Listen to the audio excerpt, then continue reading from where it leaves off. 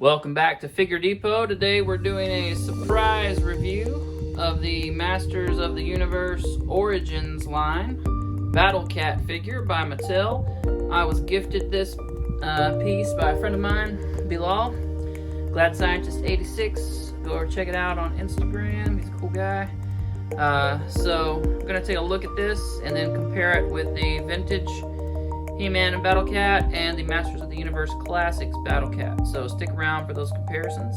We get a window box style package, which looks really cool. It's got the little call out here, retro play, modern posing.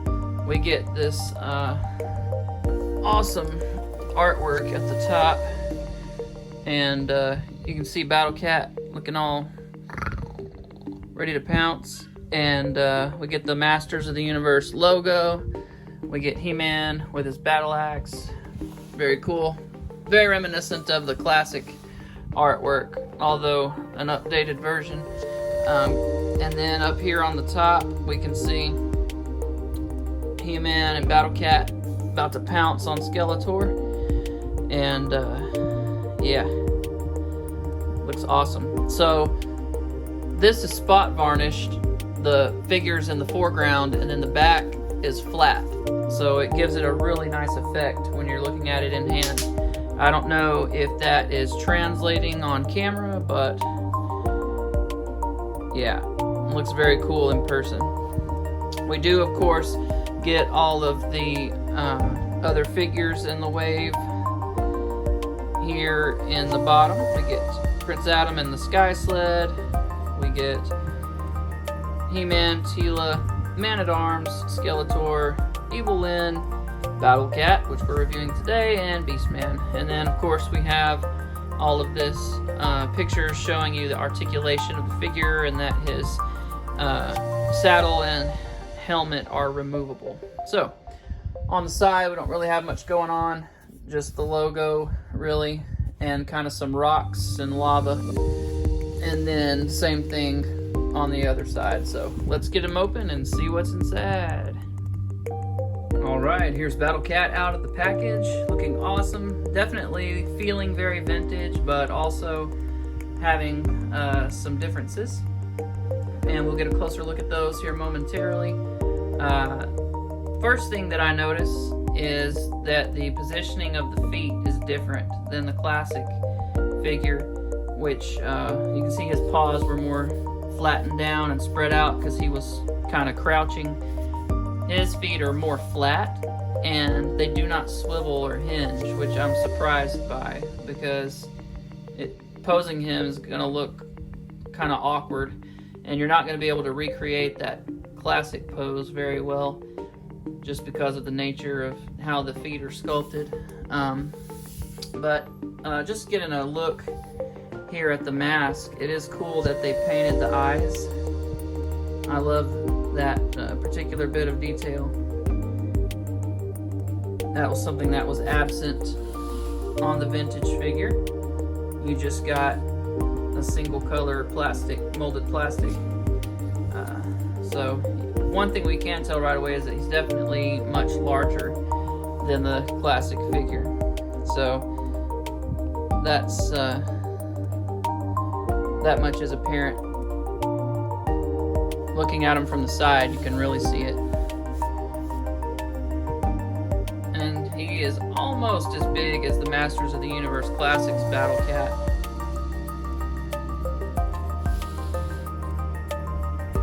Go ahead and throw He-Man up.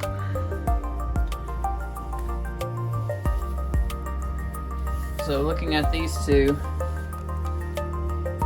just in terms of their size, they're sitting just about the same height, actually.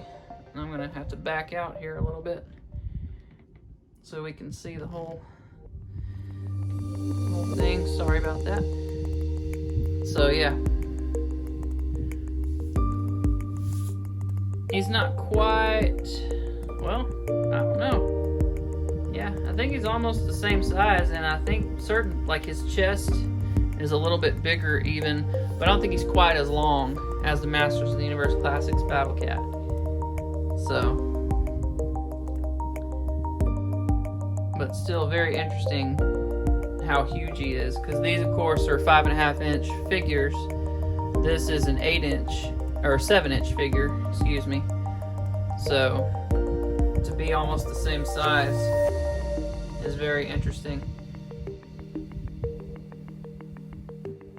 Looking at the detail, aside from the painted eyes on this new one, there's not really much in terms of detail that's different than the vintage figure.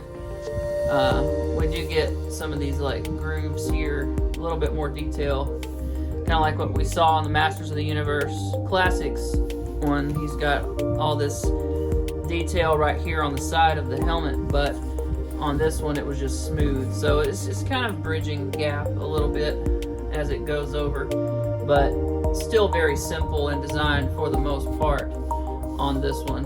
Nowhere near as detailed as we see with this, with all of the two-tone. You got like copper and brown, and then this red. Then you got all these like places here, rivets where the leather pieces of the saddle are snapped together or whatever. You got these little, you know, weapons holding harnesses and everything. So definitely some major differences there from between the two. So, and again, this is not meant to look super detailed. It's meant to basically replicate the classic version, which I think it does a very good job of doing, outside of not being able to get him in that original pose. That was something I wanted to replicate, and I guess we can go ahead and try that real quick.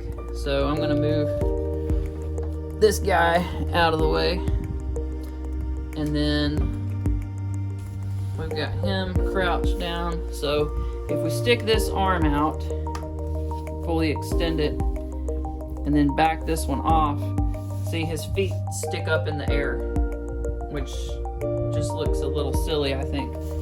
We get this foot back, and then get this foot forward. Come on.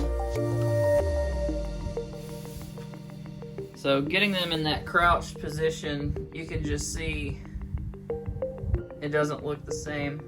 This is a very dynamic pose, of course, and because it's sculpted, you didn't have to worry about articulation as much, but I really think we would have been able to achieve it if they had put hinges at least. They don't have to put a pivot on there, but if they had just put a basic hinge like they did here, right here at the feet, that would have really gone a long way to make him look a lot better whenever you've got him posed.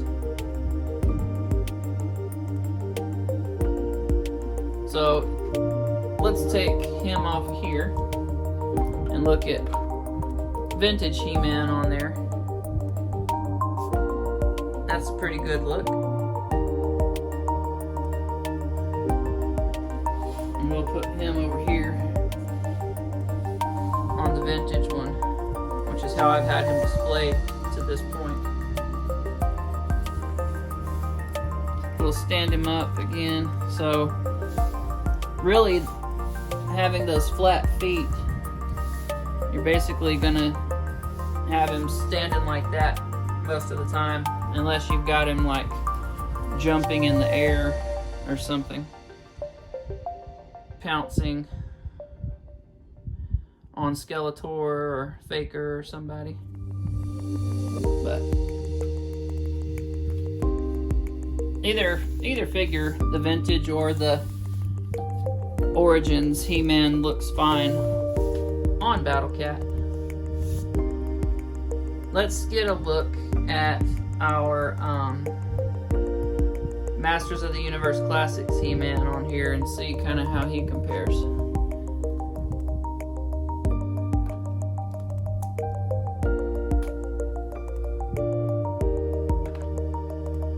So he will sit on there,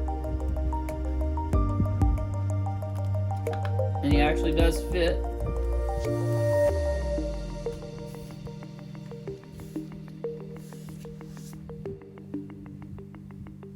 And he's big enough that it actually doesn't look too off.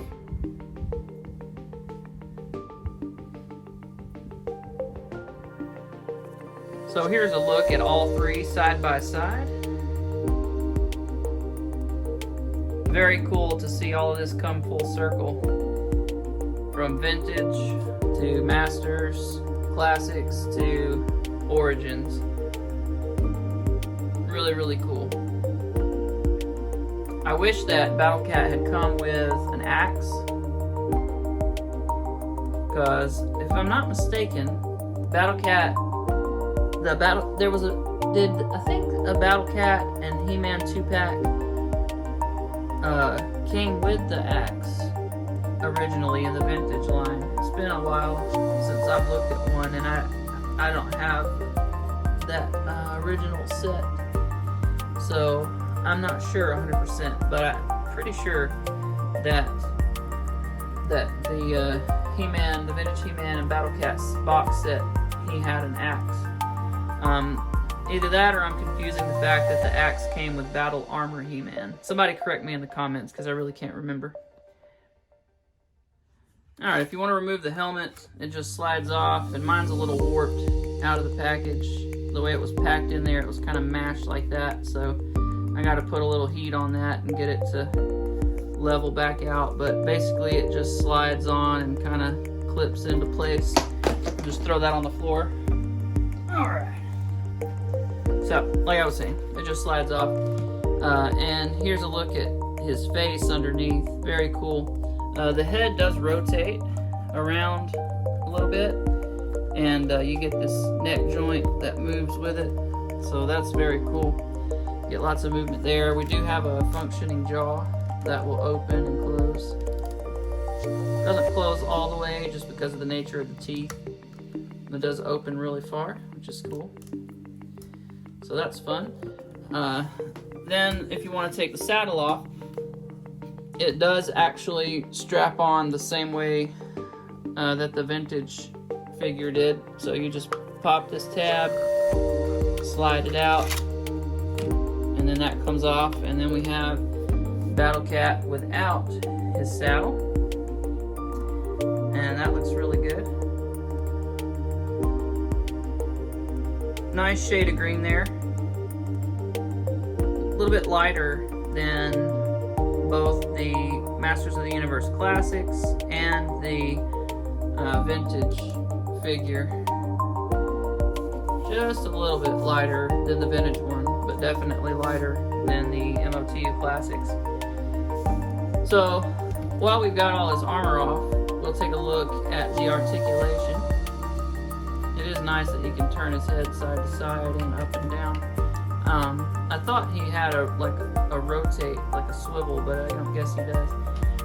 So then we have the tail that will spin 360 and swivel as well, so you can move it around however you want to.